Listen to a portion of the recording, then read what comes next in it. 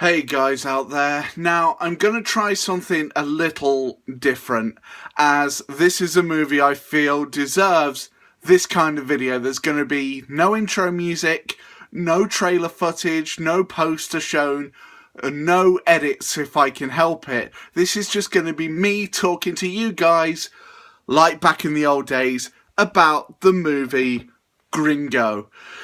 And oh my word, this movie, I cannot find the words to describe this. This movie was an insult to filmmaking as a whole, as it kind of was billed as a comedy, but it's not even funny. I mean, they think if they drop the F-bomb enough times, then that will gain some laughs. There was a couple of moments throughout this film that I actually chuckled at. However, it wasn't enough to save this movie, barring a couple of scenes that were kind of interesting from a performance standpoint.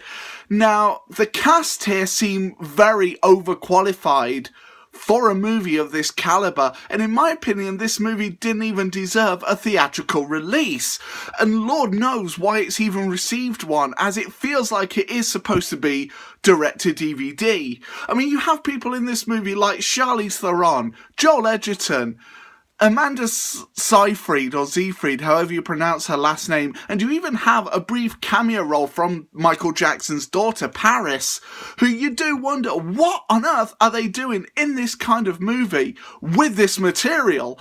I mean, to be honest, I think it's fair to say a 5-year-old could crap out a better movie than this in his sleep. So, unfortunately, guys, this is one that you really should avoid and just not actually bother with at all.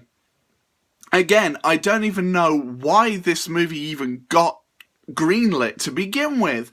As I've said, it's an insult to script writing, it's an insult to filmmaking, and it probably sets films back about 20 or 30 years, back to like the late 90s, when there was a true dark era of cinema.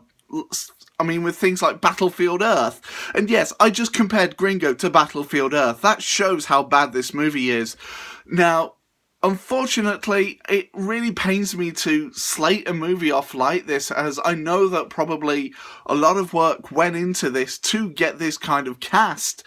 But again, why is Charlize Theron going for movies like this when I've seen her so much more capable of brilliant movies like The Devil's Advocate, and yet the last 2 years, with both Atomic Blonde and this movie, it just seems like she's trying to end her career. Obviously, I could be very wrong, and this isn't meant to be an insult to Charlize Theron, if she ever sees this, although I highly doubt that, as she is a phenomenal actress. But it just seems like everything with this movie, and even Joel Edgerton doesn't seem that fussed by the script or the character that he's supposed to be playing in this movie, and it is very convoluted, as the trailers also kind of lie to you as well with what you're going to be getting with this.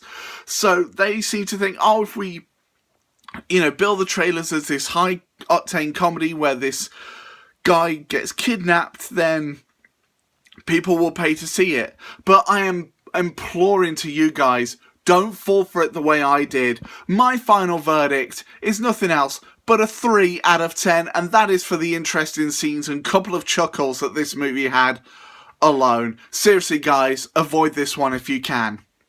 Thanks for watching this, guys, as always. Now it's over to you, so feel free to comment below and tell me your thoughts on Gringo if you have seen this movie, and also what you think of this kind of unedited rant style for such an appalling movie as this one. And if you would like to, feel free to click that subscribe button, as I do make new videos as often as I can. And don't forget to click that bell so that you're always notified of whenever I do post a future video. And as always, guys, I shall see you all on the next one, and take care.